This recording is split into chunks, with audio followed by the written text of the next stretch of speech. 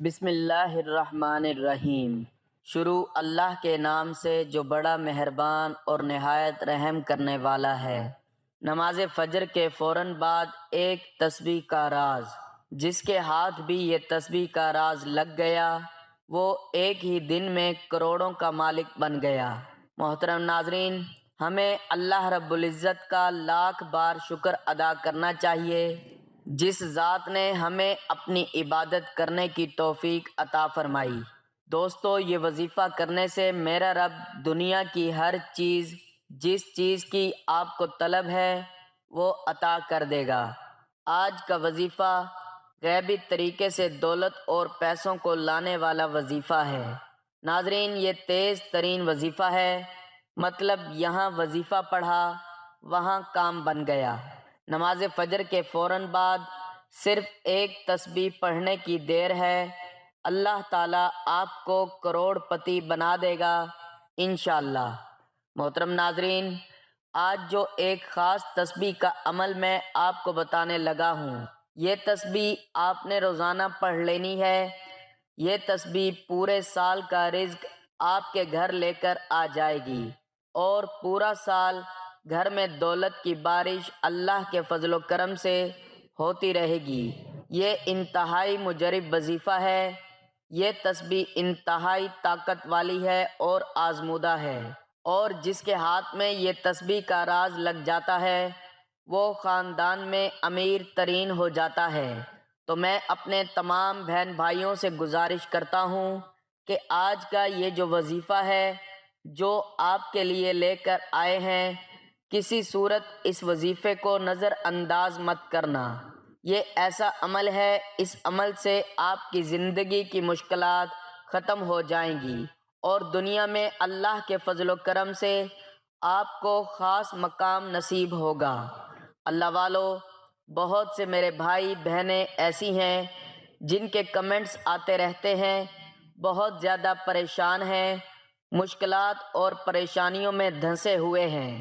ان کی جو مشکلات ہیں، ان کے اوپر جو قرضے ہیں، وہ کوشش کر کر کے تھک گئے ہیں، لیکن ان کی مشکلات ختم نہیں ہو رہی، ان کے قرضے ختم نہیں ہو رہے۔ قرض کی وجہ سے پریشانیاں بڑھتی جا رہی ہیں، کاروبار ہیں تو اس کے حوالے سے تنگی کا سامنا ہے۔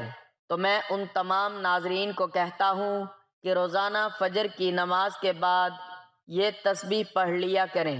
انشاءاللہ قرض کی ادائیگی کے بھی اسباب پیدا ہو جائیں گے، آپ کی جو بڑھتی ہوئی مشکلات ہیں وہ بھی ختم ہو جائیں گی، اور ہر مقصد جس میں کسی کا نقصان نہ ہو، اللہ کے فضل و کرم سے اس مقصد میں آپ کو کامیابی ہوگی۔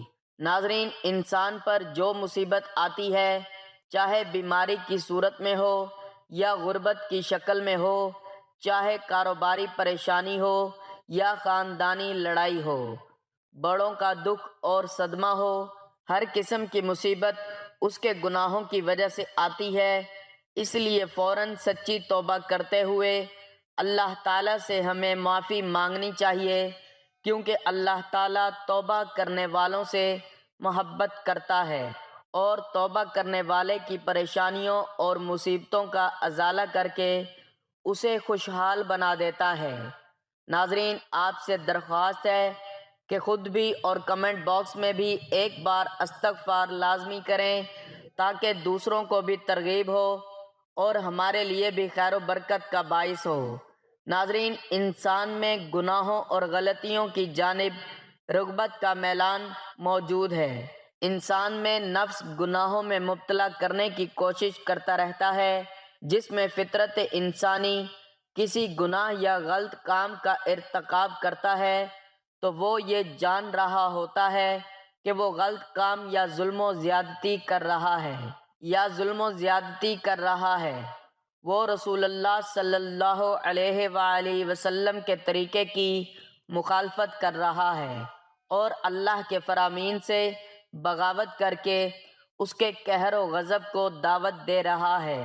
یوں وہ اپنی دنیا اور آخرت دونوں کو تباہ و برباد کرتا ہے، لیکن اس کے ساتھ شیطان کے وار، خواہشات کا غلبہ، گناہوں کی عارضی لذت، دنیا کی چکت چوند جھوٹی اور کھوکھلی عزت کا نشہ اس کو گناہ کے ارتکاب کی طرف لے جاتا ہے۔ گناہ کے ارتکاب کے وقت جب کبھی اس کا ضمیر گناہوں کو چھوڑنے کا کہتا ہے تو وہ یہ کہہ کر ضمیر کو خاموش کروا دیتا ہے کہ ابھی تو بڑی عمر پڑی ہے، میں عنقریب توبہ کر لوں گا، اور اسی طرح امیدوں اور خیالات سے دل کو بہلاوے میں رکھتا ہے اور گناہوں کی گہری دلدل میں دھنستا چلا جاتا ہے۔ در حقیقت گناہ انسان کے حق میں نہایت خطرناک ہے، اس سے دنیا اور آخرت دونوں برباد ہو جاتے ہیں، اور گناہ کا اثر جسم میں زہر کی طرح سراحت کر جاتا ہے۔ ناظرین، آدم علیہ السلام کو جنت سے نکالے جانے اور ابلیس کے ملعون ہونے کی وجہ بھی یہی گناہ کی نحوستیں تھیں۔ قوم نوح اور عاد و ثمود کو بھی گناہوں کی وجہ سے عذاب سے دوچار کیا گیا۔ ناظرین، صرف یہ ہی نہیں بلکہ گناہوں کے بے شمار برے اثرات اور نقصانات ہیں جو انسان کے ذہنی، جسمانی اور روحانی کردار پر بھی زائل ہوتے ہیں، اور اس میں سب سے بڑا نقصان یہ ہے کہ نور الہی اور گناہوں کے ارتکاب کی وجہ سے انسان علم و عقل سے محروم ہو جاتا ہے۔ امام شافعی رحمۃ اللہ علیہ فرماتے ہیں کہ میں نے اپنے استاد سے کمزور حافظے کی شکایت کی تو انہوں نے مجھے ترک معاشی یعنی ترک گناہ کی نصیحت فرمائی، اور آپ نے یہ بتایا کہ اللہ میں ایک نور ہے اور اللہ کا نور گناہ گار کو نہیں دیا جاتا۔ ناظرین، گناہوں کا ایک اثر یہ بھی ہوتا ہے کہ انسان کی روزی اور رزق میں تنگی آ جاتی ہے۔ یاد رکھیے کہ حصول رزق اور فراغی معاش کے لیے ترک گناہ سے بہتر کوئی چیز نہیں۔ اللہ تعالیٰ فرماتے ہیں کہ جو شخص اللہ سے ڈرتا ہے اور گناہوں سے باز آ جاتا ہے، اللہ اس کے لیے مشکلات سے بھی نکلنے کا راستہ پیدا کر دیتا ہے، اور اسے ایسے رزق دے گا جہاں سے اس کا گمان بھی نہیں ہوتا۔ انسان کے دل میں اللہ کی عظمت کم ہو جاتی ہے، تبھی تو انسان گناہ کرتا ہے۔ جو شخص گناہ کرنے میں کوئی آر محسوس نہ کرے تو دل پر پردہ پڑ جاتا ہے اور مہر لگ جاتی ہے۔ جب انسان اللہ کو بھول جاتا ہے تو اللہ انہیں برباد کر دیتا ہے، ذلت اور رسوائی ان کا مقدر ہو جاتی ہے۔ ناظرین، اللہ بڑا بے نیاز ہے جبکہ بندہ ہر لمحہ اس کا محتاج ہے، پھر وہ اللہ کے ذکر سے کیسے غافل رہ سکتا ہے؟ اور اگر غافل رہتا ہے تو یقین کریں اپنی جان پر خود ظلم کرتا ہے، کیونکہ اللہ تو اپنے بندے پر کبھی ظلم نہیں کرتا، بلکہ لوگ اپنی جانوں پر خود ظلم کرتے ہیں۔ اس کا حال ایسا ہوتا ہے جیسے اس کے پاس تلوار تو موجود ہو مگر زنگ آلود ہو۔ گناہوں سے دل زنگ آلود اور مفلوج ہو جاتا ہے۔ نفس امارہ برائی کا حکم دیتا ہے، وہ خواہشات اور گناہوں سے قوی دلیر اور درندہ صفت بن جاتا ہے جبکہ نفس مر جاتا ہے۔ ایسا شخص دنیا میں بھی اور برزخ میں بھی مر چکا، اور آخرت میں بھی اس کے لیے کوئی چیز نہیں۔ اگر وہ اللہ کو یاد کرتا ہے تو دل ساتھ نہیں دیتا، زبان ذکر کرتی ہے تو دل غافل ہو جاتا ہے۔ ہر آدمی جانتا ہے کہ ہر اچھے یا برے عمل کا رد عمل بھی ضرور ہوتا ہے۔ دنیا میں پیش آنے والے حالات پر سب سے زیادہ اثر انداز ہونے والی چیز انسان کے اچھے یا برے اعمال ہی ہیں، جن کا براہ راست تعلق اللہ تعالیٰ کی خوشنودی اور ناراضگی سے ہے۔ کسی واقعے اور حادثے کے طبی اسباب جنہیں ہم دیکھتے، سنتے اور محسوس کرتے ہیں، وہ کسی اچھے یا برے واقعے کے لیے محض ظاہری سبب کے درجے میں ہے۔ سادہ لوگ حادثات و آفات کو صرف طبی اور ظاہری اسباب سے جوڑتے ہیں اور پھر اسی اعتبار سے ان کو حوادث سے بچاؤ کی تدابیر کرتے ہیں۔ شرعی تعلیمات کی روشنی میں بحیثیت مسلمان ہمیں یہ اعتقاد رکھنا ضروری ہے کہ یہ سب کچھ اللہ تعالیٰ کے حکم اور امر سے ہوتا ہے، جس کا عقل اور حواس خمسہ کے ذریعے ادراک کرنے سے ہم قاصر ہیں۔ وحی الہی اور انبیاء علیہ السلام کے ذریعے اللہ تعالیٰ نے جزا و سزا کا جو نظام سمجھایا ہے وہ ہمیں غیبی نظام کے بارے میں آگاہ کرتا ہے۔ وہ یہ کہ کسی بھی واقعے اور حادثے کا اصل اور حقیقی سبب اللہ تعالیٰ کی رضامندی یا ناراضگی ہے۔ اللہ تعالیٰ نے حالات کو خواہ اچھے ہوں یا برے انسانی اعمال سے جوڑا اور وابستہ فرمایا ہے۔ چنانچہ انسان کے نیک اور برے اعمال کی نوعیت کے اعتبار سے احوال مرتب ہوتے ہیں۔ صحت و مرض، نفع و نقصان، کامیابی اور ناکامی، خوشی اور غمی، بارش اور خشک سالی، مہنگائی، امراض، زلزلہ، طوفان، سیلاب وغیرہ۔ ناظرین، یہ سب ہماری بدعمالی کا ہی نتیجہ ہوتے ہیں۔ ان سب احوال کے ظاہری اسباب کچھ بھی ہوں مگر حقیقی اسباب ہمارے نیک اور بد اعمال ہوتے ہیں۔ ناظرین، اسی طرح کے خوفناک واقعات انفرادی ہوں یا اجتماعی دراصل اللہ تعالیٰ کی طرف سے الارم اور طبی ہوتے ہیں تاکہ انسان اپنے اعمال کا محاسبہ کرے اور کوئی اس کی غفلت دل کو جنبش دینے میں کامیاب ہو جائے۔ جب بھی میں کہتا ہوں اللہ تعالیٰ میرا حال دیکھ اور حکم ہوتا ہے اپنے نامہ اعمال دیکھ، دنیا میں پیش اچھے یا برے واقعات سے حاصل ہونے والا انسانی تجربہ بھی اسی پر شاہد ہے کہ ہمارے سارے لوگ اور قوموں پر اللہ تعالیٰ کی نافرمانی کی وجہ سے دنیا میں ہی مختلف قسم کے عذاب آئے ہیں۔ مثلاً کوئی مسخ کیا گیا، کوئی زمین میں دھنسایا گیا، کوئی دریا میں غرق کیا گیا، کوئی طوفان کی نظر ہوا، اور ان تباہ شدہ عوام کی بستیوں کے کھنڈرات آج بھی اس حقیقت پر مبنی ہیں۔ اللہ تعالیٰ نے قرآن مجید اور حضور علیہ الصلاۃ والسلام نے احادیث مبارکہ میں اعمال کی حسب نوعیت اس بات کو جیسی کرنی ویسی بھرنی کے مختلف پہلو اور طریقوں سے بیان فرمایا ہے۔ امت کو بد اعمالیوں کے برے نتائج سے آگاہ فرما کر اصلاح کا حکم دیا ہے۔ چنانچہ کچھ غلطیاں ہوتی ہیں جو رزق کم کرنے کا باعث بنتی ہیں اور وہ ان مشکلات کا شکار رہتے ہیں، تو آج ہم آپ کو ایسی چیزوں کے بارے میں بتانے والے ہیں کہ وہ کون سی عام غلطیاں ہیں جو ہمارے رزق میں مشکلات پیدا کر دیتی ہیں اور اللہ تعالی ہمارا رزق تنگ کر دیتا ہے۔ آپ کو حدیث مبارکہ کی روشنی میں بتائیں گے کہ کس وجہ سے اللہ تعالیٰ انسان کا رزق کم کر دیتا ہے۔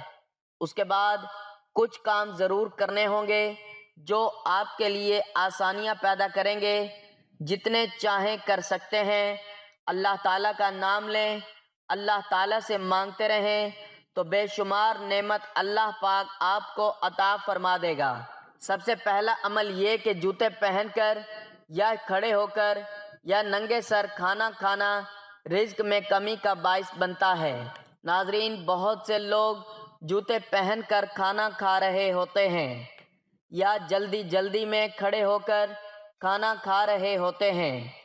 ہم بہت سی ایسی خواتین کو بھی دیکھتے ہیں جو ننگے سر بھی کھانا کھا رہی ہوتی ہیں۔ مثلاً ہمارے گھروں کی عورتیں بھی ننگے سر کھانا کھا رہی ہوتی ہیں اور کھانا دے بھی رہی ہوتی ہیں، جس کی وجہ سے ہمارے گھروں کا رزق تنگ کر دیا جاتا ہے۔ ناظرین، دوسری وجہ یہ ہے کہ بیت الخلاء میں ننگے سر جانا بھی ہمارے رزق میں کمی کا باعث بنتا ہے۔ عام طور پر دیکھا جاتا ہے کہ جب خواتین بیت الخلاء جاتی ہیں تو ان کا سر ننگا ہوتا ہے۔ یہی ننگا سر ان کے رزق میں تنگی کا باعث بنتا ہے۔ اس بات سے خواتین کو گریز کرنا چاہیے کیونکہ اس سے رزق میں تنگی پیدا ہو جاتی ہے۔ ایک زمانہ تھا جب مہمانوں کو رحمت سمجھا جاتا تھا، مگر آج کل کے دور میں مہمانوں کو زحمت سمجھا جاتا ہے۔ یہ عادت، یہ سوچ، یہ خصلت بھی گھروں میں، معاشرے میں رزق کی تنگی کا باعث بن رہی ہے، بلکہ بن چکی ہے۔ تو ہمیں چاہیے کہ مہمان کو رحمت سمجھیں کیونکہ مہمان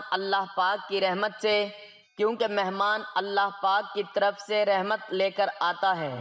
بعض چیزیں چونکہ شریعت میں ہیں تو اس میں چونکہ ایسے مراحل آتے ہیں کہ ہر شخص اس کا معتمل نہیں ہوتا۔ ناظرین، یہ کچھ ضروری باتیں تھیں جو میں نے آپ سے عرض کی ہیں، آپ انہیں سمجھیں اور ان پر عمل کریں۔ محترم ناظرین، یہ جو وظیفہ ہے انتہائی ادب سے، انتہائی یقین سے کر لینا ہے، اور عقیدت کے ساتھ اس وظیفے کو، اس تسبیح کو جو بھی شخص فجر کی نماز کے بعد پڑھ لیتا ہے، اللہ پاک اس کے لیے رزق کے دروازے کھول دیتے ہیں۔ یہ ایک ایسی تسبیح کا راز ہے جو آج کی اس ویڈیو میں آپ کے ساتھ شیئر کرنے لگا ہوں۔ یہ بہت ہی کم لوگوں کو پتہ ہے، اور جن لوگوں کو یہ راز پتہ ہے، کامیابی ان کے قدم چومتی ہے، اور وہ پھر زندگی کی ان بلندیوں پر پہنچ جاتے ہیں جس کا انہوں نے خواب دیکھا ہوتا ہے۔ ناظرین، میں نے آج تک جتنے بھی وظائف بتائے ہیں، لوگوں نے ان وظائف کو کیا ہے اور ان وظائف سے بے شمار کامیابیاں حاصل کی ہیں۔ کئی بار ہماری بہنوں کے کمنٹس آتے ہیں، کئی ہمارے بھائیوں کے کمنٹس آتے ہیں جن کی زندگیاں انتہائی مشکلات اور تنگ دست تھیں، ان پر غربت کے بادل چھائے ہوئے تھے اور وہ مکمل طور پر کنگال ہو چکے تھے، لیکن جب انہوں نے یہ وظیفے کیے اور ان وظیفوں کے جو خاص وقت تھے اس وقت میں کیے۔ کچھ دن بڑے اہم ہوتے ہیں، جس طرح جمعۃ المبارک کے دن کو تمام دنوں پر فضیلت حاصل ہے، اسی طرح جمعرات اور جمعہ کے درمیانی رات، پھر 27 رجب، 15 شعبان، پھر شب قدر کی راتیں، رمضان کا آخری عشرہ، عید الفطر اور عید الاضحیٰ کی راتیں۔ یہ ایسے دن ہوتے ہیں، یہ ایسی مبارک گھڑیاں ہوتی ہیں جن میں انسان کی دعائیں رد نہیں ہوتی۔ انسان جو مانگتا ہے اللہ پاک اس کو عطا فرما دیتا ہے، اللہ پاک اس کو مالا مال کر دیتا ہے، اس کی جھولیاں خوشیوں سے بھر جاتی ہیں، اس کی جھولیاں اللہ پاک بھر دیتا ہے، اور پھر اتنا رزق عطا فرماتا ہے کہ اس کی آنے والی نسلیں بھی آباد ہو جاتی ہیں۔ تو یہ تسبیح روزانہ فجر کی نماز کے بعد پڑھ لیا کریں۔ ناظرین، یہ اتنا خاص راز ہے، یہ اتنی خاص اور مجرب تسبیح ہے کہ آپ کی مشکلات کو ختم کر دے گی۔ آپ کے خالی ہاتھوں میں دولت کی، پیسے کی ریل پیل ہو جائے گی۔ جو آپ پیسے کی کمی کا شکار رہتے ہیں، اللہ کے فضل و کرم سے وہ کمی ختم ہو جائے گی۔ ہر لحاظ سے میرا اللہ آپ کو مالا مال کر دے گا۔ ناظرین محترم، کئی پیروں فقیروں نے، اولیاء کرام نے اس تسبیح کے راز پہ بہت سے چلے کیے ہیں، اور اللہ کو راضی کرنے کے لیے یہ بڑی ہی خاص تسبیح ہے۔ تو آئیے اب وظیفے کی جانب چلتے ہیں۔ ہر قسم کی پریشانی آپ کی ختم ہو جائے گی، رزق اور دولت آپ کے پاس آنا شروع ہو جائے گا۔ آپ نے اس وظیفے کو روزانہ کرنا ہے، روزانہ یہ تسبیح پڑھنی ہے۔ کسی دن کسی بھی وجہ سے یہ تسبیح چھوٹ جاتی ہے تو وہ ایک علیحدہ بات ہے، دوسرے دن اس کو ڈبل پڑھ لینا ہے، یہ تسبیح کا راز ہے۔ ناظرین، اب ہم جان لیتے ہیں کہ آپ نے کیا وظیفہ پڑھنا ہے، کیسے پڑھنا ہے۔ ناظرین، فجر کی بھی نماز کے بعد کسی بھی وقت، جب جہاں جیسے آپ کو وقت مل جائے، باوضو مصلی پر بیٹھ کر آپ نے سب سے پہلے نبی کریم صلی اللہ علیہ وآلہ وسلم کی ذات مبارکہ پر درود پاک پڑھنا ہے۔ درود پاک آپ چاہیں تو مختصر والا، یعنی صلی اللہ علی محمد پڑھ لیں یا صلی اللہ علیہ وآلہ وسلم پڑھ لیں، لیکن یاد رکھیے کہ اگر آپ درود ابراہیمی پڑھتے ہیں تو یہ زیادہ فضیلت اور زیادہ افضل والا ہے۔ اللہم صلی علی محمد وعلی آل محمد کما صلیت علی ابراہیم وعلی آل ابراہیم انک حمید مجید۔ اللہم بارک علی محمد وعلی آل محمد کما بارکت علی ابراہیم وعلی آل ابراہیم انک حمید مجید۔ درود پاک پڑھنے کے بعد آپ نے سب سے پہلے اپنے خاص مقصد کی نیت کرنی ہے، اور جب آپ نیت کر لیں تو فوری طور پر آپ نے اعوذ باللہ من الشیطان الرجیم اور بسم اللہ الرحمن الرحیم پڑھ کر وظیفے کا آغاز کرنا ہے۔ اور سب سے پہلے نمبر پر جو وظیفہ پڑھنا ہے وہ وظیفہ ہے یا مسبب الاسباب۔ یا مسبب الاسباب کا مطلب ہے اے اسباب پیدا کرنے والی ذات، اگر آپ بے روزگار ہیں روزگار کے لیے اسباب بن جائیں گے، اگر آپ کا کاروبار بالکل ٹھپ ہو چکا ہے، یا مسبب الاسباب پڑھنے سے آپ کا کاروبار انشاءاللہ ترقی اور عروج پر پہنچ جائے گا، یا آپ کا جو بھی مقصد ہے تو وہ انشاءاللہ یا مسبب الاسباب کے اس وظیفے سے پورا ہو جائے گا۔ ناظرین، یہ وظیفہ یا مسبب الاسباب آپ نے اپنے دائیں ہاتھ کی انگلیوں پر یا تسبیح کے دانوں پر صرف 21 بار پڑھنا ہے۔ یا مسبب الاسباب 21 بار پڑھنے کے بعد آپ نے دوسرے نمبر پر جو وظیفہ پڑھنا ہے، اس وظیفے کو آپ نے اپنی زندگی میں بہت بار پڑھا ہوگا۔ بڑا آسان سا اور چھوٹا سا وظیفہ ہے۔ یہ آپ کی سکرین پہ اللہ پاک کے مبارک نام شو ہو رہے ہیں، یا اللہ، یا فتاح، یا رزاق، یا غنی، یا مغنی، یا کریم، یا وہاب۔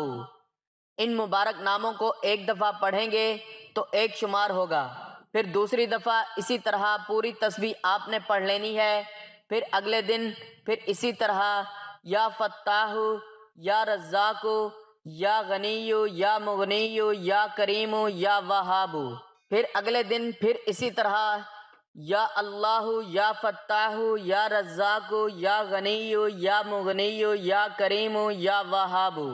اگلے دن کو بھی یہ تسبیح پڑھ لینی ہے 100 دانوں والی۔ جو شخص بھی یہ وظیفہ کر لیتا ہے کامیابی اس کو چومتی ہے، ہر کام میں اسے کامیابی ملتی ہے، تمام بگڑے ہوئے امور درست ہونا شروع ہو جاتے ہیں، پیسے اور دولت کی ایسی بارش ہوتی ہے کہ اس سے پیسہ سنبھالا نہیں جاتا، اتنا اللہ پاک اس کو عطا کر دیتا ہے کہ پھر اسے کسی چیز کی حاجت نہیں رہتی۔ جب آپ اللہ کو ان کے ذاتی ناموں اور صفاتی ناموں سے پکارتے ہیں تو رب راضی ہو جاتا ہے، اور جب رب راضی ہو جاتا ہے تو میرا رب بہتر نہیں بلکہ بہترین سے نوازتا ہے، پھر میرا رب بن مانگے آپ کو عطا فرماتا ہے۔ یا اللہ، یا فتاح، یا رزاق، یا غنی، یا مغنی، یا کریم، یا وہاب۔ رب کریم کی وہ صفت ہے کہ اگر اس صفت سے رب کو پکارا جائے تو میرا رب ناممکن حاجات کو بھی پورا کر دیتا ہے۔ ناظرین، یا مسبب الاسباب 21 بار پڑھنے کے بعد یا اللہ، یا فتاح، یا رزاق، یا غنی، یا مغنی، یا کریم، یا وہاب کا یہ وظیفہ آپ نے صرف 100 مرتبہ یعنی کہ ایک تسبیح پڑھنی ہے، اور اس کے بعد آپ نے تیسرے نمبر پر جو وظیفہ پڑھنا ہے وہ ہے یا حی یا قیوم۔ اور ناظرین، یا حی یا قیوم آپ نے دائیں ہاتھ کی انگلیوں پر یا تسبیح کے دانوں پر 33 بار پڑھنا ہے۔ 33 بار یا حی یا قیوم پڑھ کر اللہ سے مانگ کر دیکھیے، وہ ادھورے کام جو آج تک پورے نہیں ہو سکے، جن کو انسانی عقل کہتی ہے کہ یہ ناممکن ہے، وہ بھی انشاءاللہ آج پورے ہو جائیں گے۔ ناظرین، جب یہ تینوں وظائف آپ کر لیں تو آپ نے چوتھے اور آخری نمبر پر قرآن پاک کی ایک سورت پڑھنی ہے۔ بہت ہی آسان اور چھوٹی سی سورت ہے، لیکن اس کے کمالات بہت زیادہ ہیں۔ آپ نے آخری نمبر پر سورۃ الکوثر پڑھنی ہے۔ بسم اللہ الرحمن الرحیم، انا اعطیناک الکوثر فصل لربک وانحر ان شأنک هو الابتر۔ ناظرین، آپ نے چوتھے اور آخری نمبر پر سورۃ الکوثر کو صرف 7 بار پڑھنا ہے۔ جب آپ یہ سارے اعمال بتائے گئے طریقے اور ترتیب سے پڑھ لیں تو آخر میں ایک مرتبہ پھر سے درود پاک پڑھ لیجئے گا، وہی درود پاک جو آپ نے شروع میں پڑھا تھا۔ اب آپ کا عمل مکمل ہو گیا۔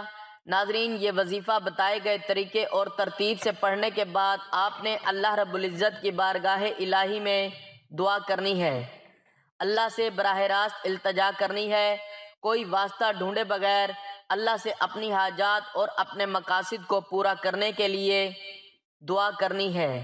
اللہ پاک سے دعا ہے کہ وہ آپ کی تمام حاجات کو پورا فرمائے، تمام مصیبتوں کو دور فرمائے، میرا سنانا اور آپ کا سننا اپنی بارگاہ میں قبول و منظور فرمائے، آمین یا رب العالمین۔ ناظرین، گزارش ہے کہ اللہ تعالیٰ کے 99 ناموں میں سے کوئی ایک نام لکھ کر کمنٹس میں ضرور شیئر کریں۔ اللہ تعالیٰ ہم سب کا حامی و ناصر ہو، آمین، جزاک اللہ۔